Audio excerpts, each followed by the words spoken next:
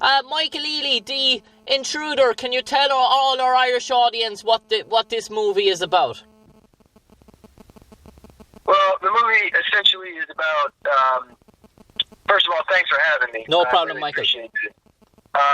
The movie is about this couple that's trying to, adhere to the American dream and, get the, the house and, and live that suburban life away from the city and the hustle and bustle of the city.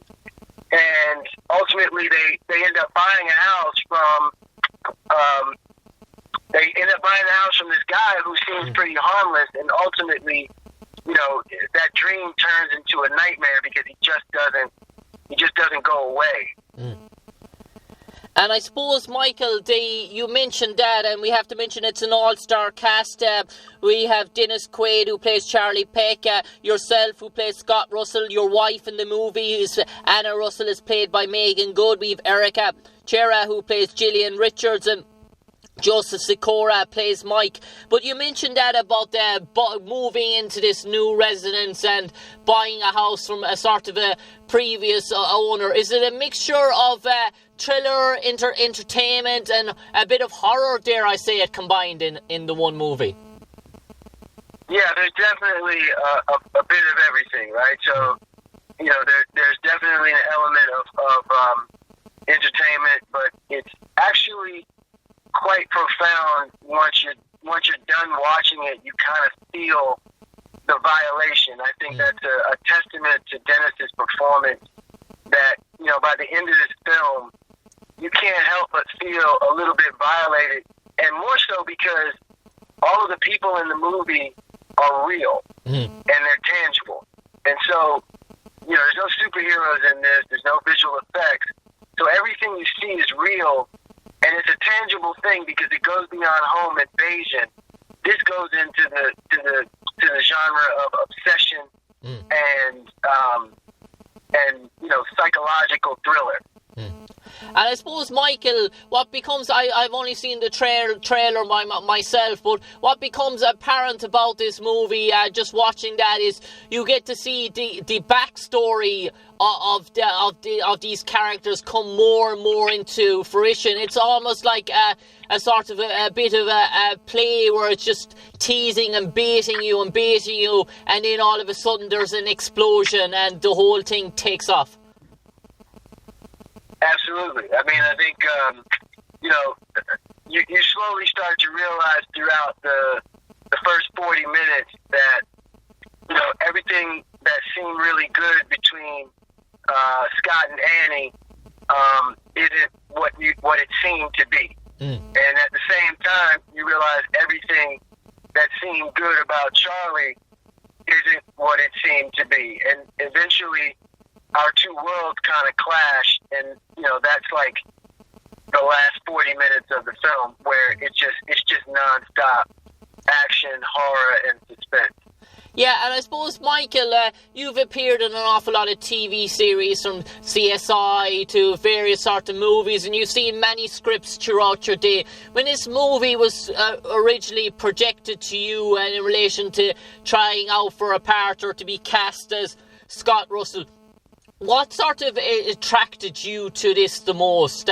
Was it the evolution of the story? But as an actor, could you sort of portray the sort of visual images of what it might look like in your head?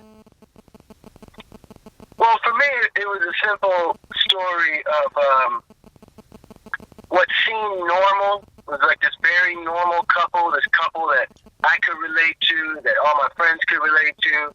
You're like a very normal couple, and they just wanted something that everybody kind of wants, which is, just to try and better their lives and start a family. And to see all of that kind of crumble at the hands of somewhat of a routine transaction, right? A lot of times when you buy a house from somebody, it's kind of a routine transaction. You do a couple of things and make a couple of moves, and it's done. You got the house, that person goes away, it's yours. Yep. And typically most people are so happy to sell the house that you'll never hear from them again. Mm-hmm. But it was like, it was one of those situations where, everything that seemed so normal just kind of crumbled and fell apart. And you realize that the secrets that were being kept were deadly secrets rather than just innocent secrets.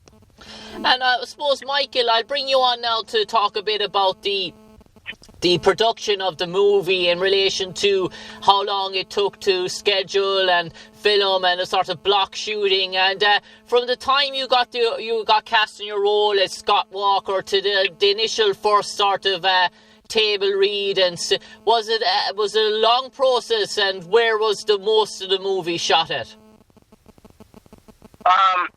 It was not a long process. I actually I came on board about maybe 2 to 3 weeks before we started shooting. It was shot in when I read the script, Dennis and Meagan were already attached. Okay. So I had the luxury of reading it, with those actors in mind. Okay. And the opportunity to work with Dennis was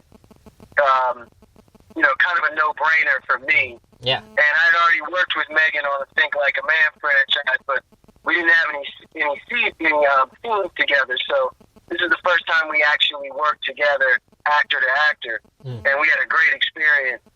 And we shot 6 weeks in Vancouver, Canada, for basically downtown San Francisco and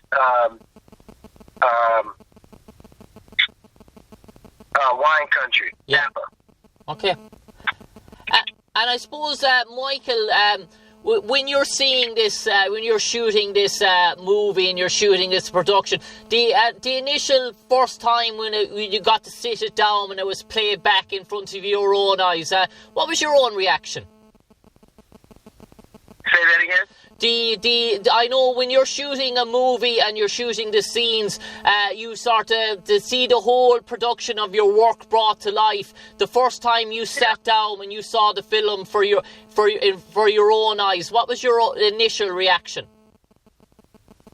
I was pretty shocked, to be honest with you, because we had so much fun making the movie, and that it didn't seem like it was going to be scary. Yeah. And when I saw it, I was shocked at how scary it was. I was shocked at how creepy Dennis was. And it almost made me feel like the guy I worked with isn't the same. Like, he was a totally different guy. Yeah. So there was nothing creepy about Dennis while we were shooting. It all happened, like, in between action and cut. And I guess, I'm in my character, so I'm not watching him, like an audience member. And so it's a different experience. And there was things that he did to her on days that I was not there. Yeah. Which really made me hate him more. Yeah. He was really, really creepy. His performance is really out of this world. And I feel like a lot of that was done on days when I wasn't there. And so to watch it, it felt fresh. It felt scary. It felt like I was rooting for myself to, like, get there and save her as well. And I suppose, Michael, your own character, Scott Russell, when you saw him in front of you in relation to the script, and what sort of portrayal or characteristics did you think that you wanted to bring this character to set him apart and make him step out of the page and step into the real world? For me, it was important to make Scott a really kind of like a normal guy, kind of anti-hero. I didn't want to make him, the perfect guy who, just is in shape and can, like, be handy with, around the house and, is the utter, total romantic guy and all this other. I wanted him to be a bit more grounded, a bit more realistic. And, based on their background, I thought it was important. And, with his career being in tech and sales, it just didn't make sense for him to be, ex-military guy. Like, he didn't need to be Jason Bourne, right? Yeah. Like, he couldn't fight and all these other things, and he's not handy around the house. These are all things I embraced as funny, and I tried to use a sense of humor